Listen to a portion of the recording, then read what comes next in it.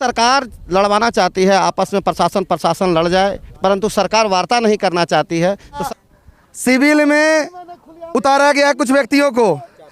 आखिर प्रशासन ने सिविल में क्यों उतारा है किसी व्यक्ति को? क्या प्रशासन उत्पात मचाना चाहती है? सिविल में क्यों उतारा गया है? यहाँ पर मैं पूछना चाहता हूँ, सिविल में क्यों उतारा गया है? सर कितनी संख्या में थे? अभी 407 से उतरा है यहाँ पर, हम लोग देखें। अभी हमारे प्रदेश से देखें, ये बयान देंगे अपना। सर आप बदले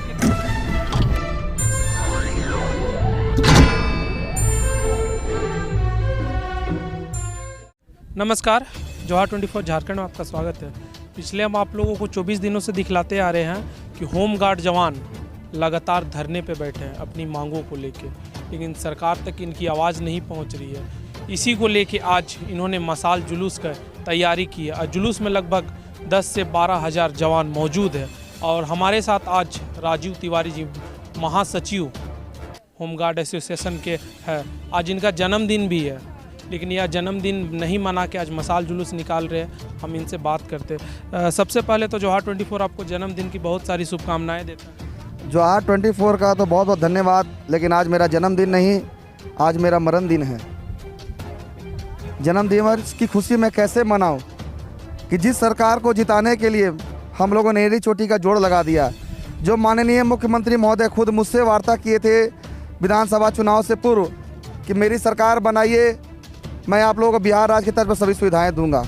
हम लोगों ने घूम घूम कर सभी साथियों को प्रचार प्रसार किया कि माननीय मुख्यमंत्री श्री हेमंत सोरेन जी की सरकार बनाने में आप लोग सहयोग कीजिए, और सभी साथियों ने सहयोग भी किया और उनकी सरकार बनी। लेकिन आज करीब 25 से 26 दिन हो गया, लेकिन सरकार का कोई भी नुमाइंदा हमारे बीच में नहीं आया कि हम लोग किस तरह से यहाँ पर गुजर बसर कर रहे हैं। आखिर सरकार हमारे पास क्यों नहीं आ रही है, मैं पूछना चाहता हूँ। माननीय मुख्यमंत्री जी ने खुद कहा था कि मेरी सरकार बनेगी तो मैं बिहार राज्य से भी अच्छी सुविधाएं झारखंड राज्य के होमगार्ड जवानों को लागू करूंगा। अगर हम लोगों की मांग जायज़ नहीं है, नाजायज़ है, तो माननीय मुख्यमंत्री महोदय जी मीडिया के सामने आएँ और आकर कह दें कि होमगार्ड जवानों की मांगे जायज़ नहीं, बिल्कुल नाजायज़ है, और मैंने जो वादा किया था होमगार्ड जवानों के साथ, वह वादा बिल्कुल झूठा था। मैं इस वादे को पूरा नहीं कर सकता हूँ। और अगर माननीय मुख्यमंत्री जी अपने वादे को पूरा करना चाहते हैं तो मीडिया के सामने आकर या हमारे प्रतिनिधि को बुलाकर हमसे वार्ता करें। और मैं माननीय मुख्यमंत्री जी को मीडिया के माध्यम से स्पष्ट करना चाहता हूं, हम लोग के पास प्लान है, जिस प्लान के तहत झारखंड सरकार पर किसी भी प्रकार का आर्थिक बोझ नहीं पड़ेगा और होमगार्ड जवान की मांगें पूरी हो जाएंगी। कम से कम सरकार वार्ता तो करे।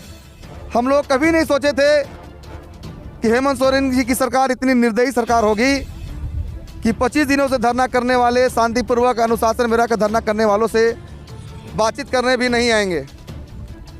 यह बहुत दुख की बात है। मुझे ऐसा प्रतीत हो रहा है कि झारखंड सरकार जानबूझकर हम लोगों को कानून का उल्लंघन करने के लिए लगी हुई है। अगर झारखंड सरकार चाहती तो हमसे वार्ता करती। हम लोग कानून का पालन करने वाले कभी सपने में भी नहीं सोचा था कि हम लोग कानून का उल्लंघन करेंगे, लेकिन सरकार हम लोगों को विवश कर रही है। इसका बहुत दुख है। कानून का पालन करने वाले को आज कानून का उल्लंघन करना पड़ेगा। सर अभी कुछ देर पहले बाबूलाल मरांडी जी आए थे, बीजेपी के जो विधायक दल के नेता है, और संजय सेठ जी भी आए हुए थे। किस तरह का आश्वासन मिला उन लोगों से आपको? आश्वासन तो उन्होंने दिया है, और आश्वासन में हम लोग संजय सेठ जी जो अभी सांसद महोदय हैं, उनके आश्वासन में झलकता है कि कुछ न कुछ होमगार्ड जवानों का कुछ कल्याण हो सकता है। क्योंकि उन्होंने कहा है भारत सरकार को पत्राचार करने के लिए रेलवे मंत्रालय के और भी कोई मंत्रालय हैं उन्हें, और हम लोग निश्चित रूप से वहाँ पत्राचार भी करेंगे। उन्होंने कहा है कि आप लोग पत्राचार कीजिए, हम लोग मिलकर जहाँ भी सुरक्षा के रूप में निजी सुरक्षाकर्मी लोग काम कर रहे हैं वहाँ पर होमगार्ड जवान को हम ड्यूटी में लगवाएंगे। तो वो एक अच्छी पहल है उनकी, और हम लोग स्वागत करते हैं इस बात का। हमारी मांग के समर्थन में चाहे वो पक्ष का विधायक हो या विपक्ष का हो या मंत्री हो या संतरी हो, जो लोग भी हमारी मांगों के समर्थन में खड़ा रहेगा उसका हम लोग तहे दिल से स्वागत करेंगे। सर लगातार यहाँ पे महिलाओं को बहुत तरह का परेशानी झेलना पड़ रहा है। यहाँ शौच के लिए, कपड़ा चेंज करने के लिए।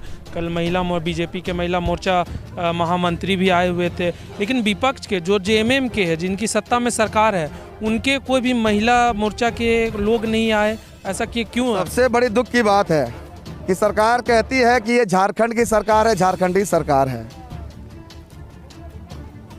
मेरा चेहरा जरूर गोरा आपको नज़र आ रहा होगा, लेकिन यहाँ पर आप देखेंगे तो जितनी भी महिलाएं या पुरुष हैं केवल प्योर झारखंडी हैं, प्योर झारखंड के रहने वाले हैं। माननीय मुख्यमंत्री जी अबुआ राज की बातें करते हैं। ये कौन सा अबुआ राज है कि जिस राज की महिलाएं सड़क पर पड़ी हुई हैं अपने अधिकारों के लिए, बाल बच्चों के साथ, बाल बच्चों को छोड़कर, और सरकार उसकी सूद तक लेने नहीं आ रही है। मुझे लगता है उनका जो नारा था बदलो सरकार पाओ अधिकार, वो नारा बिल्कुल खोखला है। मधुपुर की भी जनता देखेगी कि होमगार्ड के जवान उनके वादों को लेकर सड़क पर हैं, तो जब यहाँ वादा पूरा नहीं कर पा रहे हैं तो मधुपुर की जनता के पास जो वादा करेंगे क्या वो पूरा कर लेंगे? ये सोचनीय विषय है। मुझे एक बात समझ में नहीं आती है कि मधुपुर में कोरोना कैसे भाग जाता है। जहाँ जहाँ माननीय मुख्यमंत्री जी या विपक्ष के नेता लोग चुनाव प्रचार के लिए जाते हैं तो वहाँ कोरोना कैसे भाग जाता है भीड़ भाड़ में। आप लोग देखे होंगे नामांकन के दिन माननीय मुख्यमंत्री जी के साथ बहुत लोग ऐसे हाथ खड़ा करके अपनी एकता दिखा रहे थे, उसमें कई लोग मास्क नहीं लगाए हुए थे। तो आखिर जब सरकार का ही लोग मास्क नहीं लगाएगा तो आम जनता कैसे गाइडलाइंस का पालन करेगी? तो सरकार जो गाइडलाइंस निकालती है उस गाइडलाइंस का पालन सरकार को भी करना चाहिए, लेकिन सरकार गाइडलाइंस का पालन खुद नहीं करती है। केवल कोरोना के नाम पे जनता को गुमराह किया जा रहा है, होमगार्ड जवानों को गुमराह किया जा रहा है। अगर सरकार के पास आर्थिक स्थिति नहीं खराब थी तो माननीय मुख्यमंत्री जी को क्रिकेट का आयोजन करने का कौन सा आवश्यकता पड़ गया था? कौन सा ऐसा अकाल पड़ गया था, कौन सी विपत्ति आ गई थी कि क्रिकेट खेलना पड़ा था? क्या क्रिकेट खेलने में माननीय मुख्यमंत्री जी के जेब से पैसा लगा, या मंत्री जी के जेब से लगा, या विधायक जी के जेब से लगा? पैसा तो लगा, झारखंड की जनता का पैसा लगा, सरकार का पैसा लगा। तो उस पैसे को बर्बाद किया गया, नहीं किया गया? उस पैसे का यूज होमगार्ड जवानों के प्रति नहीं हो सकता था क्या? मैं पूछना चाहता हूँ। इसलिए सरकार मुझे लगता है बार-बार कोरोना का बहाना बनाकर अपना पल्ला झाड़ना चाहती है। धन्यवाद। जैसे कि सरकार के द्वारा गाइडलाइन जारी किया जा रहा है, एक जगह ज़्यादा संख्या में लोग नहीं, लेकिन आज आप लोग लगभग 10,000 की संख्या में ये मसाल जुलूस निकाल रहे हैं। किस तरह से तैयारी की गई है? हम लोग शांतिपूर्ण तरीके से यहाँ से हम लोग चलेंगे, और मैं सरकार के प्रशासन से भी कहूँगा कि हम डिसिप्लिन में अगर हैं तो आप भी संयम बरतेंगे। अगर आप हम पर लाठियाँ चलाएंगे तो हम उल्टा लाठियाँ हम आप पे नहीं चलाने वाले हैं। हम चुपचाप अपना प्रदर्शन करेंगे सरकार के खिलाफ, और इससे ज़्यादा आज क्या कहूँ मैं। आज आपके लोगों के जो महासचिव है एसोसिएशन के, उनका जन्मदिन है, लेकिन वो मसाल जुलूस निकाल रहे हैं, क्या कुछ कहना चाहेंगे? उनको महासचिव जी को जन्मदिन की शुभकामना है, परंतु शुभकामना तब पूरी तरह सफल होती है जब कुछ गृहरक्षकों को प्राप्त होता है। जब इसे गृहरक्षकों का अभिभावक ही स्वयं पदाधिकारी हैं तो गृहरक्षकों को छोड़ करके इसमें अभी जन्मदिन मनाने का नहीं है, सरकार से लड़ाई लड़ने का समय है। और सरकार से मैं मांग करता हूं कि जल्द से जल्द मांग को पूरा करें, नहीं तो अन्यथा फिर 5 तारीख को जेल भरो आंदोलन इससे भी विराल रूप लेगा। ये तो सिर्फ एक झांकी है, अभी सिर्फ झांकी का रूप है ये। सर आप बतलाएं कि क्या आगे की रणनीति है? देखिए, यहाँ 25वां दिन अभी हो चुकी है। यहाँ पक्ष विपक्ष दोनों आ रहे हैं, तो चाहते हैं कि दोनों पक्ष विपक्ष मिल कर के हमारे जवान हित पर विचार करें। यही अपना मेरा कमन्ना है। जो भी आज हम लोग का धरना प्रदर्शन निकलेगा या जो भी मसाल जुलूस निकलेगा, शांतिपूर्ण ढंग से निकलेगा। कानून का दायरा में रह करके हमें निकलना है। दीदी, आप तो सबसे पहले यह बतलाएं कि यहाँ पे बहुत संख्या में महिलाएं हैं और महिलाओं को लगातार बहुत सारे कठिनाइयों का सामना करना पड़ रहा है, चाहे शौचालय हो, चाहे कपड़ा चेंज करना हो, चाहे नहाना हो। अभी तो कोरोना काल भी है और साफ सफाई अभी प्रशासन हमारे साथ सिविल में उतारा गया कुछ व्यक्तियों को। आखिर प्रशासन ने सिविल में क्यों उतारा है किसी व्यक्ति को? क्या प्रशासन उत्पात मचाना चाहती है? सिविल में क्यों उतारा गया है? यहाँ पर मैं पूछना चाहता हूँ, सिविल में क्यों उतारा गया है? कितनी संख्या में थे? अभी 407 से उतरा है यहाँ पर, हम लोग देखें। अभी हमारे प्रदेश से देखें, ये बयान देंगे अपना। सर आप बतले कितने संख्या में थे जवान बिना ये वर्दी के? एक 407 में पूरी भरी जो है, कुछ सिविलियन लोग एक 407 पर उतरे हैं। अब पता नहीं क्या मंशा थी उन लोगों की, प्राइवेट कुछ लोग देखे गए हैं 407 में जो उतरे हैं अभी उस मोर्चे पर, जहां पर विधानसभा का जो मुख्य द्वार है यहाँ से जिधर की हम लोग अभी प्रवेश करेंगे, 407 से उतरे हैं भारी संख्या में, मतलब करीब हमें लगता है कि 60 से 70 लोग हैं। क्या लगता है सर, ऐसा क्यों, क्या मंशा है प्रशासन की, जिला प्रशासन की? प्रशासन पर अभी हम क्या भरोसा करेंगे जब सरकार ही हमसे वार्ता नहीं कर रही है। तो हो सकता है कि सरकार के द्वारा कोई ऐसे असामाजिक तत्वों को भी भेज सकती है, किसी प्रकार का हंगामा खड़ा हो, लेकिन हम लोग की तरफ से किसी प्रकार का हंगामा खड़ा नहीं होगा। अगर सरकार के द्वारा हंगामा खड़ा करेगा तो ठीक है, इसका जवाब दिया जाएगा संगठन की ओर से। इतिहास में पहली बार एक खाकी वर्दी दूसरे खाकी वर्दी के विरोध में है, ऐसा क्यों?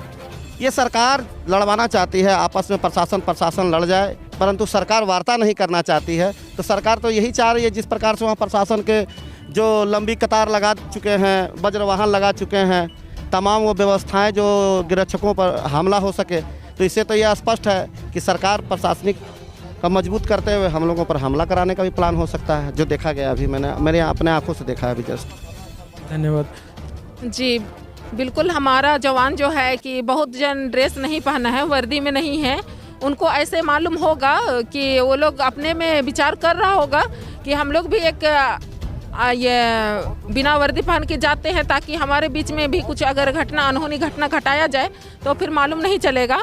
ये एक सरकार का और प्रशासन का असमंजस कराने वाली बात है, और इसमें कोई हमारा जो जवान है ये वैसे कुछ काम नहीं करेंगे जो कि प्रशासन को भी दिक्कत हो और सरकार को भी दिक्कत हो। लेकिन हम लोग एक अनुशासित फोर्स होने के नाते हम लोग अनुशासन में ही जाएंगे अपना ये जगन्नाथपुर चौक तक। दीदी, मैंने आपसे एक सवाल पूछा था, जैसे कि पिछले 24 दिनों से आप यहाँ महिला होमगार्ड भी काफ़ी संख्या में है और बहुत सारे कठिनाइयों का सामना भी करना पड़ रहा है, चाहे शौच का हो, चाहे कपड़ा चेंज, चाहे बहुत सारी कठिनाइयों का सामना करना पड़ रहा है। सरकार एक तरफ बोल रही है स्वस्थ भारत बनाए और यहाँ पे सरकार ऐसा करे, क्या लगता है सरकार की क्या मंशा है? जी, सरकार की तो मंशा यही खुलेआम दिख रही है, क्योंकि एक नारी होने के नाते हम लोग इस खुले जगह में पूरे जवानों के साथ में, ना हमारे पास में कुछ सुविधा है, ना हम ये नहाने से लेकर खाने पीने तक का भी हम लोग खुलेआम कर रहे हैं। इसमें होता है कि हम एक महिला होने के नाते हमारे पास में शौचालय भी नहीं है, प्लस नहाने के लिए हम लोग खुले में जा रहे हैं, इतना 24 जिला के जवानों के बीच में। तो ये निंदनीय बात है, क्योंकि हम लोग एक देखें तो एक अनुशासित फोर्स होने के नाते झारखंडी भी हैं, लेकिन सरकार इसमें कोई पहल नहीं की, और पहल ना करते हुए हम लोगों को मजबूरन आज ये मसाल जुलूस निकालने का एक रूप तैयार करने को मजबूर किया है। कामेश्वर पंडित जी, आप ये बताएं कि अभी कुछ देर पहले बाबूलाल मरांडी बीजेपी के विधायक दल के नेता और हमारे केंद्र के सांसद संजय सेठ जी भी आए थे, क्या कुछ कहना, क्या किस तरह का आश्वासन मिला और आप क्या कुछ कहना चाहेंगे? जो भी आए उनको मैं धन्यवाद देता हूं कि हमारे बीच आकर हमको हौसला बुलंद किए, और सरकार से अभी भी मैं माननीय मुख्यमंत्री जी से कहना चाहता हूं कि झारखंड के गृह रक्षकों को 365 दिन बिहार राज्य के तर्ज पर सारा सुविधा मुहैया अभी भी करा दें तो बहुत अच्छा रहेगा। कहें कि हमने 1 तारीख को जो घोषणा किया था मसाल जुलूस का, तो अभी हम करने जा रहे हैं, और 5 तारीख को मेरा जेल भरो अभियान भी है, और उससे भी नहीं होगा तो मैं आत्मदाह करने पर भी विवश हो जाऊंगा। आपने कुछ दिन पहले बोला था कि एक हम इतिहास रचेंगे, और ये इतिहास से कम नहीं है कि एक वर्दी वाले दूसरे वर्दी वालों का विरोध कर रहे हैं, ऐसा क्यों? ये इतिहास है, ये तो इतिहास रचने जा रहे हैं कि वर्दी वाला मसाल जुलूस निकाल रहा है। इससे और क्या हो सकता है सरकार के लिए? ये खुलेआम चुनौती है। धन्यवाद सर।